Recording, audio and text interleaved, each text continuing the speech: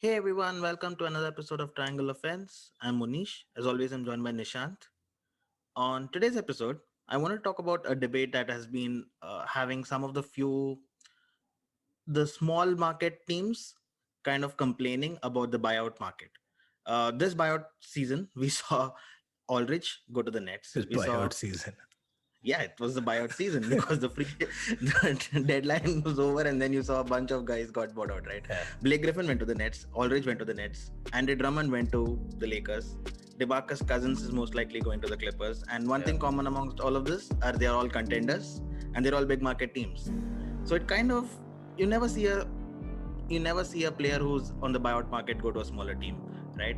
For example, Lamarcus Aldridge this time he had a chance to go to say Portland. He had a chance to go to some team like the Boston Celtics and improve them where he'll get regular playing time. But instead, he chose the Nets where he'll be maybe the seventh Yeah. player there, eighth player there. He'll get a few minutes here and there, but a real chance of chip. The Nets in return did not lose anything. They added Blake Griffin and Aldridge, similar players in the similar spot, and they didn't really lose anything. And they added that to an already strong squad. The Lakers similarly added Drummond. I mean, Drummond could have gone anywhere. Uh, he would have got. I mean, you know that he's not going to extend his contract with the Lakers. The Lakers are no way going to have him in the squad for next season. They're not going to be able to afford that contract. It's a small contract for the end of the season, and that's about it. He helps them win a chip or go however far as he can. So is it kind of fair? I mean, the Cleveland in this scenario lost out on Drummond for literally nothing. So it's kind of unfair on the smaller teams, don't you think? Yeah, I get the debate. I don't think it's unfair. I think Mm-hmm. when we look at this in isolation, we kind of lose perspective of some of the other possibilities and eventualities in the league. For instance, Mm-hmm. what we say about buyout players going to big markets and chip contenders and never considering small market teams Mm-hmm. is not true of free agents also. When you see free agents, most free agents, elite ones, end up Mm-hmm. at massive teams. I like you'd be hard pressed to find free agents that actually choose a small market team unless Mm-hmm. it's ridiculous money, and even then it's quite a rarity. So so then what your problem then is not with players that get bought out uh, Mm-hmm. that they end up choosing big teams. That happens in free agency, and in fact after getting bought out they are free agents. So from that Mm-hmm. point on it is like a free agency. The problem then, the Right. debate should be around how a player under contract can skip a bunch of steps and go straight to free agency through a Mm-hmm. buyout, and yes, he takes a financial hit in the process. I don't have an issue with this because now Cleveland, we're talking about how they were left high and dry. They didn't have a choice but to buy out Drummond's contract. But what was their plan? Like, why did they even trade for Drummond? They knew it was a huge contract. They knew it Mm-hmm. was a player that largely does one thing very well, and he's not very efficient at doing anything else. He's not a great defender by any stretch, not the most efficient scorer. He's an elite rebounder, best in the league. Mm-hmm. And some of that rebounding, best in the league, by the way, is stat padded, maybe not intentionally, by his atrocious shooting. He does show so much shooting in the paint that he gets a bunch of his own misses that count as offensive rebounds. So that's not even kidding. It's a significant. So what are they thinking exactly? Like, why in the world did they even trade for him? Right? You trade for him, okay, you made a business move. You tried to Mm-hmm. trade him out, you made another business move, and in doing so, you decided to bench him and not play him any further. So he's not Mm-hmm. really showcasing his talent. You've shot yourself in the foot. You brought this player in at a ridiculous contract where you had no plan to do anything with him. Where at the time you had a bunch of big men. I think Tristan Thompson was still around, Kevin Love was there. Then you had a Yep. Drummond, Larry Nance was around. Like, what was Yep. your plan exactly? And then you tried to get yourself out by trading him. Nobody came forward, not at that contract. Your only other option left is to buy out. At least Mm-hmm. there is that option. Like, be grateful. If I were Cleveland, I'd be grateful there is that Mm-hmm. option at the very least, or I'm stuck with that contract till it ends. So they buy him out. What happens from that point on is good old free agency. So I wouldn't Right. call it the outcome of a buyout. A buyout Right. is just a shortcut to free agency, right? And sometimes I would look at a world without a buyout. Would Cleveland be Mm-hmm. happier? I don't think so. They'd be stuck with Drummond and his contract, and they won't really be able to trade him for anything. So I'm not. Yeah, I don't think it's a let's bad. let's take the example of Blake Griffin here, all right? Yeah, Now, since he went to Detroit, he's been injured. He kind of took them to the playoffs one season, then he's been injured for a long, long time. He didn't dunk in 2 years.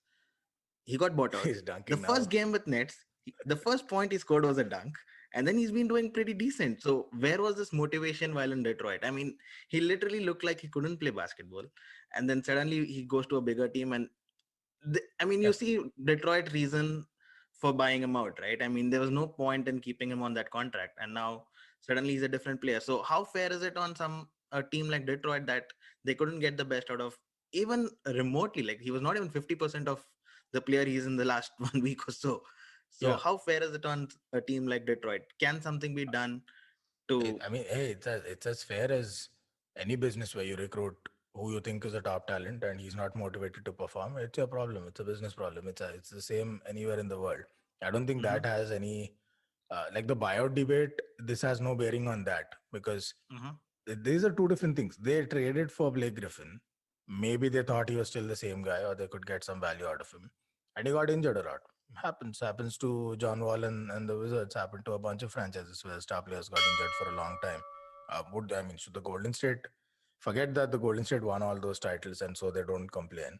Imagine if they traded for Klay Thompson, elite player, no question he's worth that trade, and then he sits out 2 full seasons. What are you going to do? It happens in basketball. It's the cost of doing business.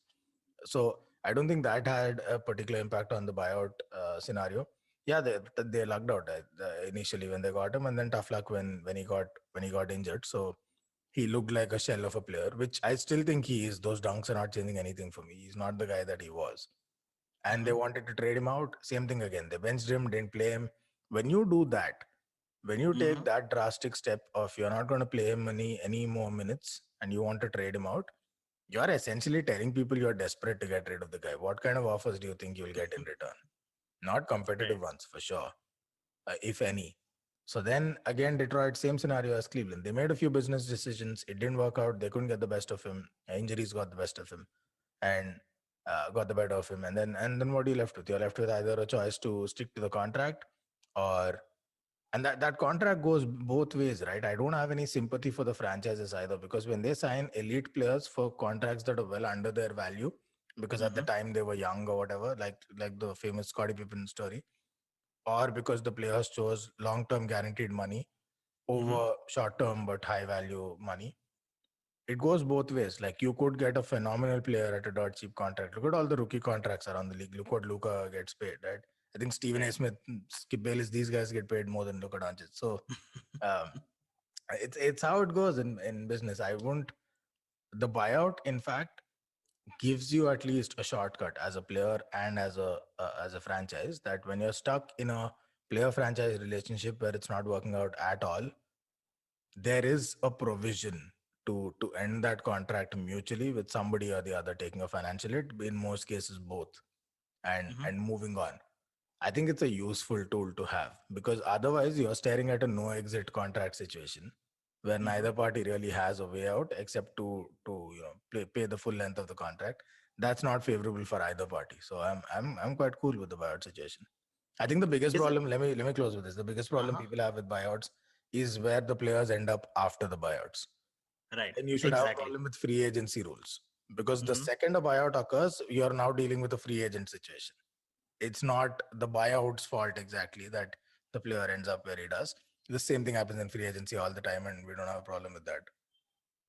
No, I know where you're getting at, and I totally agree when you say that uh, Drummond was considered a trash player, and now that he's suddenly on the Lakers, you're like, how can the Lakers trade for him? Blake Griffin Correct. was considered washed out, and then suddenly he's on the Nets, and Yeah, people now are like, everyone's crying. Yeah, I mean, so yeah, I get that part of it, but think of it from a player's perspective. Like someone like an Aldridge, right? He still has some value. He's still a good 3 point shooter. He could have got more minutes as a starter on, say, a Boston Celtics or one of the smaller teams, and they could still be stronger. But he chose the Nets. Do you find that kind of okay? Like, would you settle for? Would you stick on to a chip-winning team rather than go to a team where you could add the most value? for all the talk that we do about players should need to prioritize chips, Aldridge gets a lot of beating for prioritizing a chip. Like we Mm-hmm. do it all the time. Why is James Harden doing this? Shouldn't he be going there where he has the best shot at winning a chip before he ends his career? Why is Westbrook in Washington? Shouldn't he be at a chip winning? Blah blah blah. Chris Paul, why did he choose that uh, do-over job at the Phoenix Suns where he could have gone to say like the Clippers if they wanted him or some such team Mm-hmm. and help them win the chip? we Mm-hmm. talk about players and how they should put themselves in the best position to win a chip all the time, as if we decide what they want.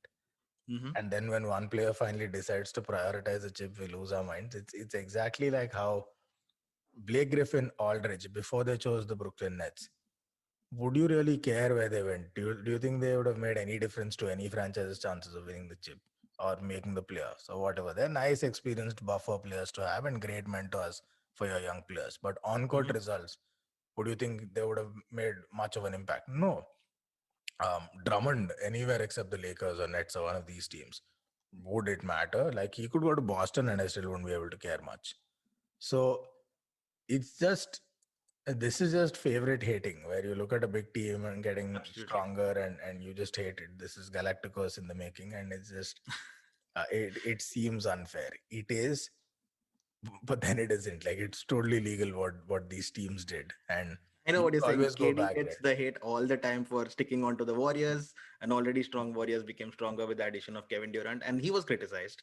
But I And buy then, that though, don't you? But I buy that because I don't think Aldridge and Blake Griffin in their present scenarios are anywhere comparable to what KD was when he went to Mhm, the Warriors. That was an MVP winning player right? on one of the fiercest teams in the West that simply couldn't get past the Warriors, that OKC team.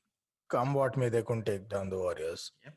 And so what does KD do? Their best player, the best player in the league, goes joins the team that he couldn't be. It's like if Michael Jordan joined the Bad Boy Pistons.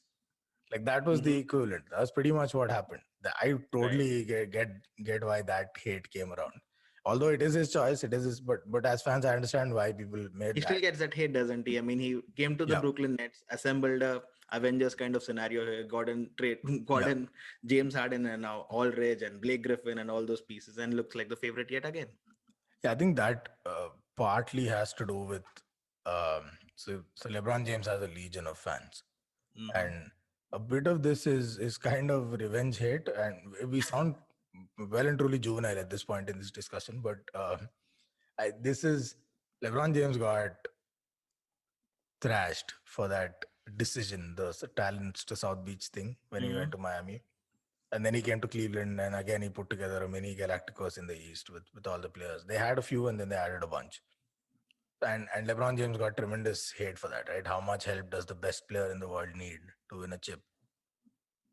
And so when KD went to Golden State, that was worthy of criticism. Truly, that really was. He Hmm. didn't put together a team like LeBron did at Miami or whatever. He went and joined the best team in the league by far, the team that just came off the greatest single season regular season record. So so then KD got a lot of that backlash of Hmm. like you guys say it to LeBron, you don't say it to KD, and so KD kind of it kind of amplified the criticism on KD. In Brooklyn, even before they signed James Harden, I think it started, right? Like how much help does KD need Yep. to beat Yep. a 36-year-old man? That was the narrative. So I think a lot of this hate, this noise is online, and a lot of the noise is sort of retaliatory to um, like what happened to LeBron James and people getting hurt and taking it personally. That's when it became personal with them. All right, so no problems with the buyout market then. I agree. I mean, I get the player's point of view, I get the team's point of view, and I know that the smaller teams do not want to get on the wrong side of the agents, so they decide to agree to a buyout even if they're Yeah, not really 100% into the deal. So it's the cost of it's doing business.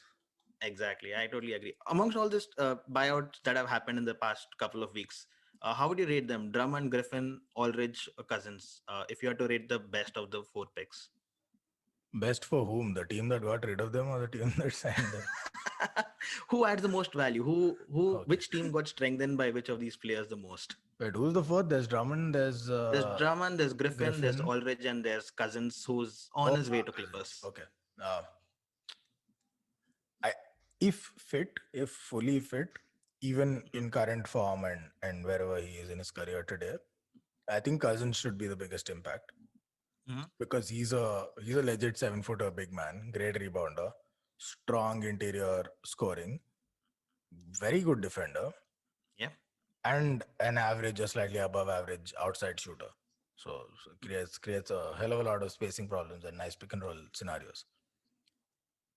Extremely important for the Clippers team that it's incredible how well they're performing, and it shows you the strength of their two superstars, Kawhi and Paul George, because they still don't have a point guard worth anything. Yeah. They have Rondo, he'll come in the playoffs, but it's regular season, like who cares?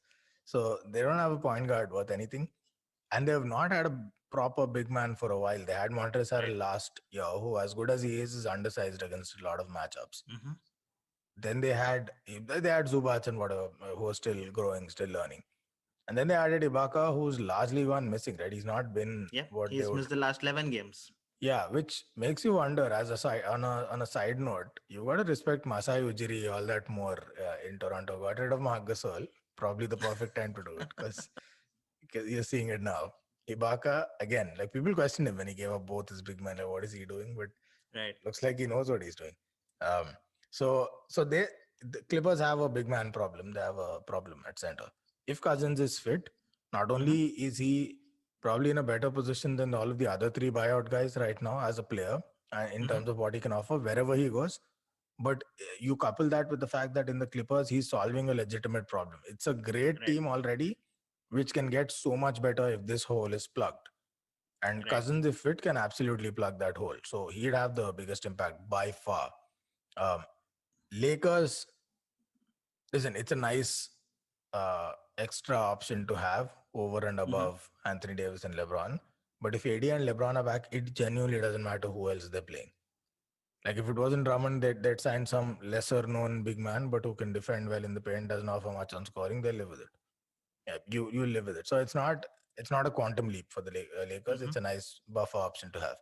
And the same with the Nets. I mean, Aldridge, Blake Griffin, who's going to, when you have Kevin Durant, Kyrie, and James Harden, what's your dependency really on anyone else? Yeah, and I think the Except to, current big guy, the DeAndre Jordan, is and Nick Claxton as well, who's been playing yeah, kind of the 4 or 5 role. I think both of them are better. at the Yeah, moment better than for Griffin sure. and Aldridge. For sure. Yeah. So yeah, I got to agree. I think Cousins really substantially increases the value of the Clippers team, and they look like a real strong team now. I know I have had my fair share of criticism of the Clippers squad, but they are looking really good Yeah, right we'll see. Let's get to the playoffs. now. All right, it was a nice discussion about the buyout market, but that's all I have for you today, and we'll catch up tomorrow. All right, man. Cheers.